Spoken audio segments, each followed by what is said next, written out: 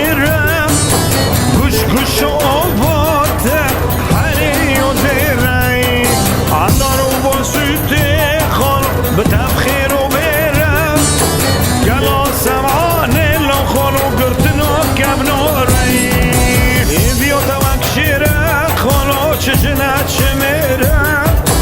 گوش گوش و آواته